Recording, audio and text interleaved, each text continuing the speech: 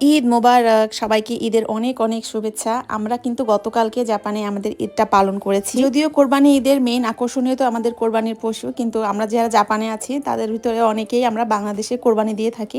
যেমন আমি নিজেও বাংলাদেশে আমার বাবার সাথে কোরবানি দিয়েছি এবছর, আর সাফনের বাবা দিয়েছে তার বাড়িতে। বাংলাদেশে যেমন ঈদ উপলক্ষে সবসময় ছুটি পাওয়া যায়, বাড়িতে যায় মানুষ, প্রিয়জনের সাথে ঈদ কাটায়, কিন্তু জাপানে তো আর আসলে ঈদ উপলক্ষে কোনো ছুটি নাই। তাই আমরা সবসময় মনে মনে চাই যেন শনি রবিবারে ঈদটা পড়ে, যদি না পড়ে সেটা আসলে ব্যাড লাক, কারণ ওই দিন সবাইকে ছুটি নিতে হয়। হয়তোবা কেউ ছুটি ম্যানেজ করতে পারে, কেউ আবার ছুটি ম্যানেজও করতে পারে না। এবার যেহেতু উইকডেতে আমাদের ঈদটা পড়েছে, তাই সবারই প্ল্যানই অন্যরকম। কেউ হয়তো অফিস করেছে অর্ধেক দিন, কেউ হয়তো পুরা দিন ছুটি নিতে পেরেছে, কেউ হয়তো স্কুলে গিয়েছে, কেউ হয়তো স্কুল থেকে ছুটি নিয়েছে।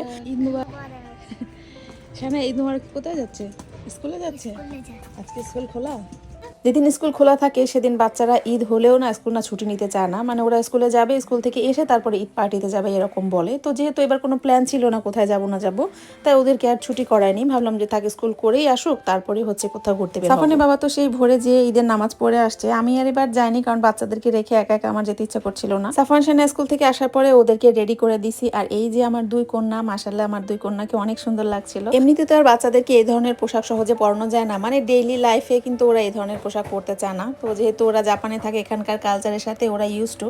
তবে এরকম আমাদের স্পেশাল যে দিনগুলো থাকে, এইসব দিনে আমি অবশ্যই চেষ্টা করি ওদেরকে খুব সুন্দর করে একদম বাঙালি কন্যা সাজানো। তবে প্রতি বছর ওদের হাতে মেহেন্দি দিতে পারলেও এই বছর দুই বোনের একজনও কোনো রকম মেহেন্দি দিবে না, তো দিবেই না, একেবারে জিরো ইন্টারেস্ট। আজকে বুধবার, আর বুধবার দিন সাফানা শানা স্কুলে আসার পর থেকে ওদের আর কোনো পড়ালেখা থাকে না। রাতের বেলা আরবি ক্লাস থাকে, বাট আরবি টিচারও ছুটি দিয়ে দিয়েছে কয়েকদিনের জন্য।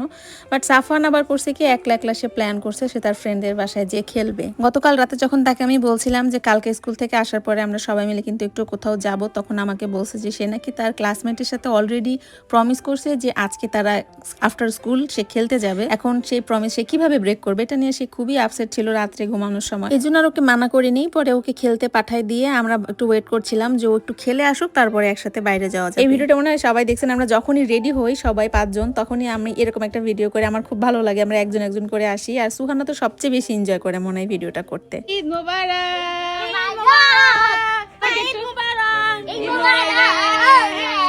সাফওয়ান শানের দুইজনে স্কুলে গেছে সকালে, ক্লাস থেকে আসলো, আইসা এখন আবার সে আমাদের সাথে আমি দাওয়াতে যাব বলছে, কিন্তু তার একটা সার্কেল হয়ে গেছে, সে ওই সার্কেলে যে প্রতি বুধবার খেলে। হ্যাঁ, বুধবার খেলতে যায়, আজকে একটু আগে ছুটি হয় আর কি। তো এইটা আমাদের সাথে এখন আর তার সে যাইতে চাচ্ছে না, যাইতে চাইছে, বলছে তোমরা যদি মন খারাপ করো তাহলে যাব। এক জায়গায় নিয়ে যাব, এই আস্তে আস্তে মনে হয় দূরে সরতেছে। ক্লাস 6 এর পরে বন্ধু বান্ধব আমার কে এলাকায় পাইছে, আমি বন্ধু বান্ধবের লগে ঘুরে বেড়াইছি। আমি জানি না তোমার ক্ষেত্রে কি হয়েছে। না, আমরা আমাদের মায়ের সাথে ঘুরে বেড়াইছি। আচ্ছা, না ছেলেরা তো একটু ডিফারেন্ট। মেয়েরা তাড়াতাড়ি ছাড়ে না মেয়েদেরকে। সাফওয়ান তাড়াতাড়ি চলে আসবো তো 3টার মধ্যে। সাফওয়ান, তোমার কাছে ঈদের কোন জিনিসটা সবচেয়ে ভালো লাগে? সালামি। সাফওয়ান কাছে সবচেয়ে এটা সবচেয়ে আশ্চর্য যে সাফওয়ান সালামি নিতে চায় না। বলে কি মানুষের কাছ থেকে এইভাবে টাকা নিতে হয় না। ইমাম কত সবাই সেলিব্রেট করে এটা। হ্যাঁ, কিন্তু সাফওয়ান কেন তুমি সালামি নিতে চাও না সেটা বলো। সালামি মানুষের কাছ থেকে ওখানে নিয়ে তাই দাম নেয়া ঠিক না, এটা কোনো কথা? সালামি নিতে চায় না, পাপার কাছ থেকে তো সালামি নিবা। পাপাকে বলো, পাপা সালামি দাও। না, পাপার কাছে তো বলো, পাপা তো আর লোক না, পাপা তো নিজের পাপা। যাও সানায়া দাঁড়াও, যাও যাও যাও যাও, সানায়া না যাও, সুহানা সালামি নিয়ে না পাপার কাছ থেকে, যাও যাও, টাকা নিয়ে আসো, যাও পাপার কাছ থেকে নিয়ে আসো। সুহানা যাও যাও, আমারটা দাও। কি আমার 1000 টাকা দাও তুমি? আমি এদের ভাই কি খারাপ দেখছো, আমাকে 1000 টাকা দিল, কিছু হইলো? একদম এক রেট একদম না, আমাকে সালামি দিছে, দেছো আমাকে 1000 দিছে, খালি হবে? কি ভালো লাগে সবচেয়ে? অপশন সালামি, 2 নাম্বার খাওয়া দাওয়া, 3 নাম্বার সুন্দর সাজুগুজু করে ড্রেস পরা, কোনটা? আর সবার সাথে পার্টি করা, কোনটা? সবার সাথে পার্টি করা, সবার সাথে পার্টি করা, সেটাই তো ঈদ, সবার সাথে একসাথে মিলেমিশে পার্টি করা। আর একজন কই? আরে ওই যে বসে রয়েছে কেন? সুহানা, এই যে আমি শোনা, তুমি সালামি নিবে না? এই যে তোমাকে সালামি দিবে তো পাপা, না নিবে না? না, সালামি বুঝে না তোমার। দূর, সাফওয়ানি আসতেছে না, কি একটা অবস্থা, সাজে গুজে বসে রয়েছে। আর ঈদ লাগে না, কিসের ঈদ? কোনো ঈদ লাগে? চারিদিকে কোনো শব্দ নাই, আওয়াজ নাই, কিছু না, তাদের কিরম সব চুপচাপ। ঈদের কোনো আমেজই নাই। বাংলাদেশে থাকলে এতক্ষণ দেখতে বাইরে সব দিয়ে ধুমধারাক্কা একেবারে ঈদ লাগতো একদম। শুকুর করো, বাংলাদেশে থাকলে কোরবানি ঈদে এতক্ষণে তুমি রানতে বানতে শেষ হয়ে যাইতে। এটা ঠিক, বাংলাদেশে রান্না বান্না ছিল, কিন্তু রান্না বান্নার ফাঁকে ফাঁকে আবার এই যে ধরো 5 দিন ব্যাপী টিভির অনুষ্ঠান, এই টিভি, এই চ্যানেল, ওই চ্যানেল, এই চ্যানেল, মানে কোন নতুন নাটক আসতেছে, তারপরে নতুন নতুন মুভি আসতেছে।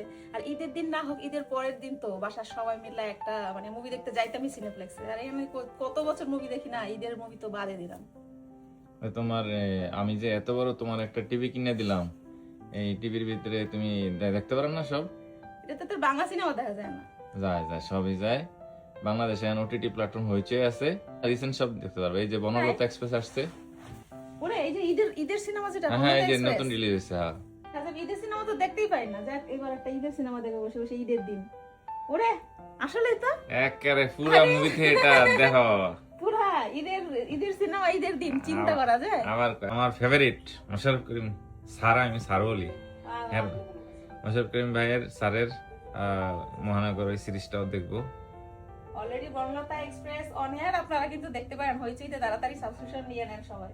জোস লাগতেছে আমার, অন্তত যারা প্রবাসে আছে, যারা হচ্ছে এই দেশের এই জিনিসটা মিস করে আর কি, সবাই মিলে একসাথে মুভি দেখতে যাওয়া, তারা তো এটা খুব সুন্দর একটা অপরচুনিটি তাদের জন্য। আমরা আমাদের নিজস্ব মিনি মুভি থিয়েটারে বসে বসে দেখতেছি বাংলা মুভি, ঈদের মুভি, বনলতা এক্সপ্রেস আর এদি পলাশ। অনেকদিন পরে বাসায় সবাই মিলে সুন্দর একটা গল্পের বাংলা একটা মুভি দেখলাম। তবে আগে যখন সবাই মিলে একসাথে এরকম ঈদের সময় মুভি দেখতে বসতাম, জাস্ট 10টা মিনিট মনে হয় মুভি হইতো, আর আধা ঘন্টা চলতো অ্যাড। তখন তো কাজ কাম ছিল না, ঘন্টার পর ঘন্টা বসে থাকতাম মুভিটা শেষ করার জন্য। এখন তো আর অত সময়ও কারো হাতে নাই, তাই ওটিটি প্ল্যাটফর্মগুলো হচ্ছে আমাদের জন্য বেস্ট অপশন। আর হইচই হচ্ছে একটা leading on demand video streaming platform, যেখানে আপনারা সব ধরনের বাংলা কন্টেন্ট পাবেন।